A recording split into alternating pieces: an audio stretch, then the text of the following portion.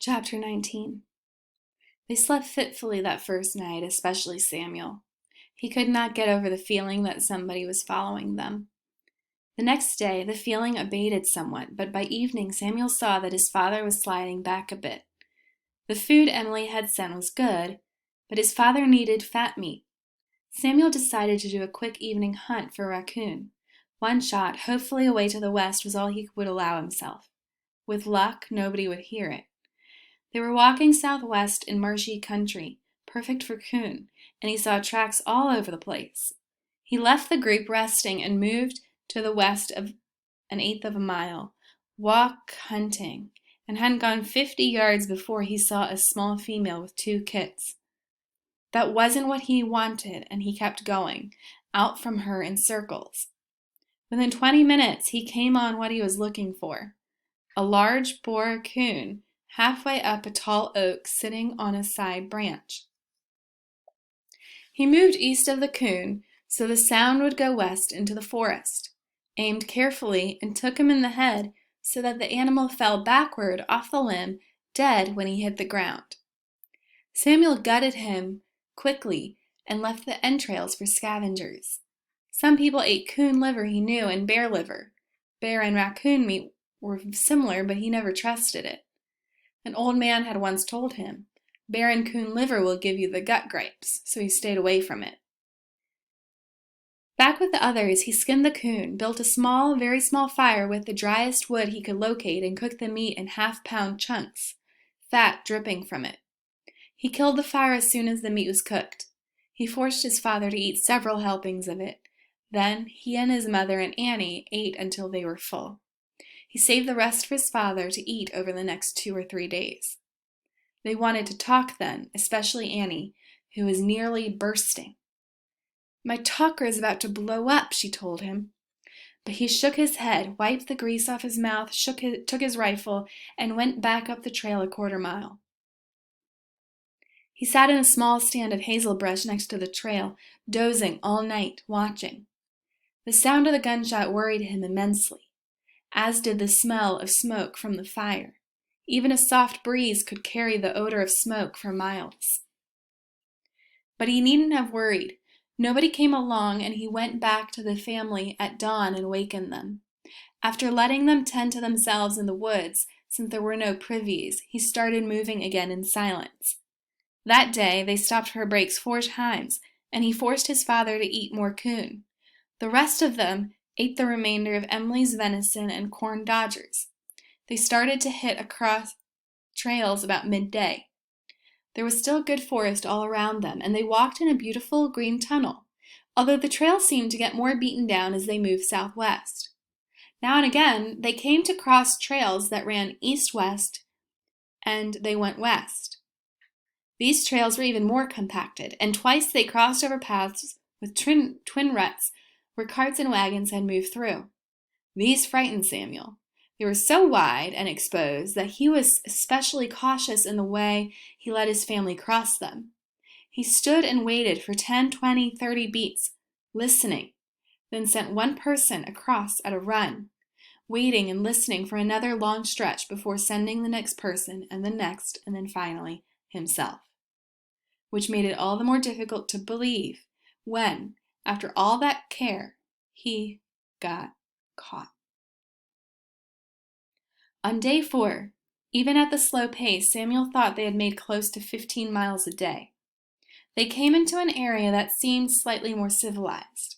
Forest, still, but here and there a farm off to the east. They had to bear west to avoid the larger cleared areas. The cross trails were becoming more substantial as well, double-rutted roads appearing fairly often, and now and then proper roads, well-traveled, hand-graded, and planked over the muddy spots. They came on such a road near the end of the 4th day. It was sunny, although nearly evening, and they had relaxed, knowing they would soon stop for the night. Samuel came around a tight turn in the trail and stepped out onto a real road without thinking. He was 2 feet away from the rear end of a British cavalry horse. Samuel froze.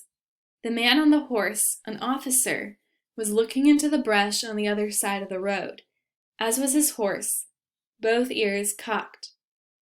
The officer had his saber drawn, held down at his side at a slight angle, ready. To his left were 5 more men on horses, all facing the same way, staring intently, short muskets at the ready, their sabers still in the scabbards. A second, 2, and they still hadn't seen Samuel. The picture was frozen in his mind for the rest of his life. A split second, when everything was still, sane, controlled, nobody hurt, nobody dead, all sitting on their horses, all staring at the other side of the road, all alive, and then, chaos.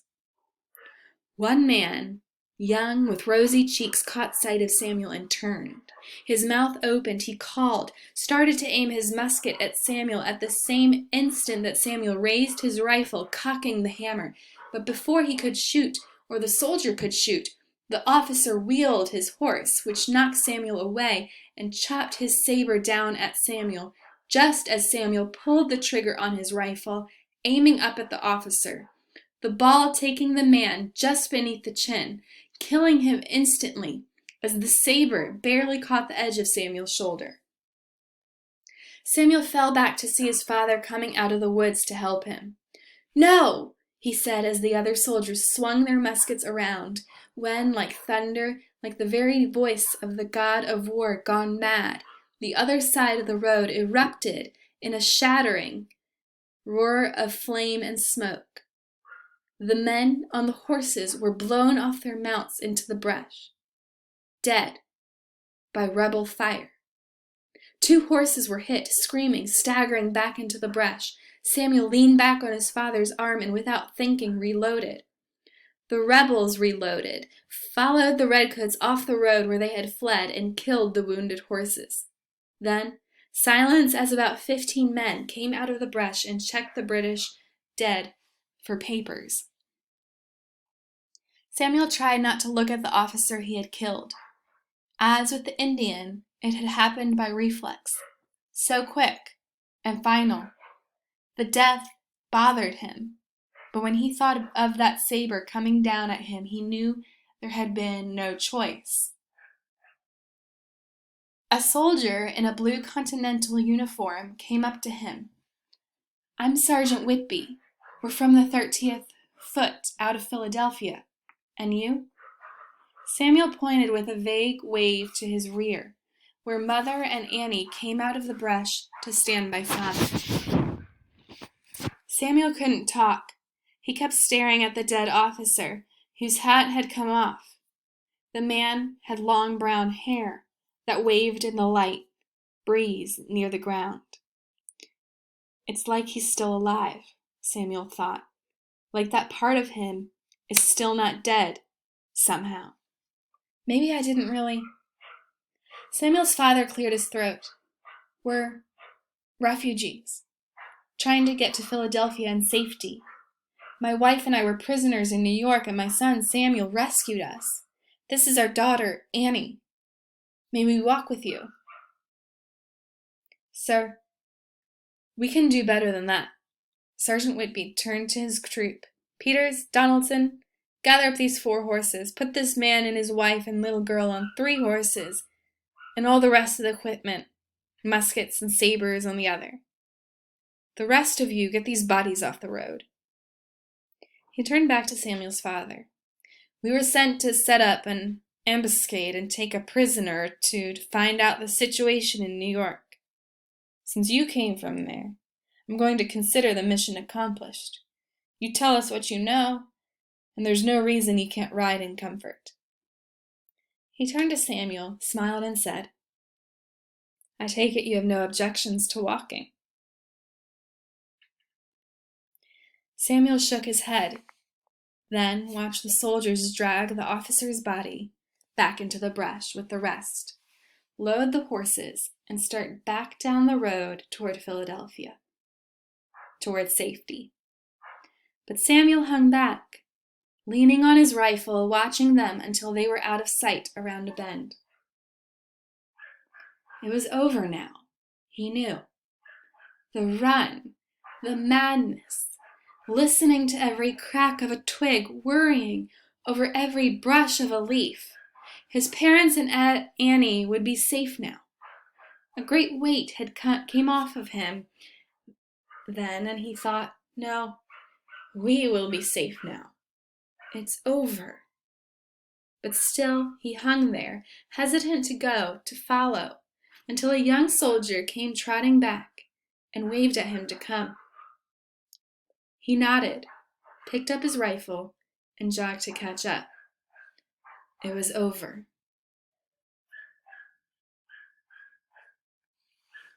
Epilogue. He stood leaning on his rifle on the high ground where he had first seen the smoke from the attack on the settlement. 3 years had passed.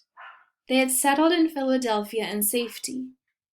The frontier would never be the same for his parents. The forest would always threaten them. So they had found a house, 2 stories of wood frame, among the many vacant houses in Philadelphia. Samuel's parents had started a school to take in and teach some of the many children orphaned by the war. Annie had become a great help. But Samuel had trouble fitting in.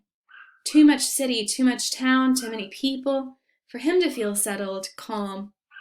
And then there was that other thing that kept bothering him, the back trail. After a few months in the city, he told his parents, "Everybody helped us. At great risk, they helped us, helped me. Everybody back there gave us everything they had. I have to go back. I owe." There were arguments, of course, almost outright fighting, that went on for nearly 2 weeks. But in the end, surprisingly, it was his mother who stopped it. "No," she said finally, "he's right. He may be only 16, but age doesn't matter now. He's his own man, and if he feels that strong, he must do it." And after he sat and talked with Annie and promised he would come back, made a sacred promise that he would come back, she agreed to stay and let him leave. And he went back to the war. He worked his way up to Boston and joined Morgan's Rifles, where he also found Coop and some of the other men who had rescued him. He stayed with them for nearly 3 years. He saw fighting as he'd never seen it before, but he did not join in the firing. Instead, he hunted for meat, fixed equipment, helped the sick, and wounded as best he could. He stayed until Coop died, streaming with dysentery over a slit trench in an agony of jabbering delirium, killed by dehydration. At the end, Coop didn't even know where he was, didn't know his own name. Samuel left then. He went back, but not to Philadelphia, not yet. He went back to the healing forest, where it had all started for him, and where the war had nearly vanished by this time.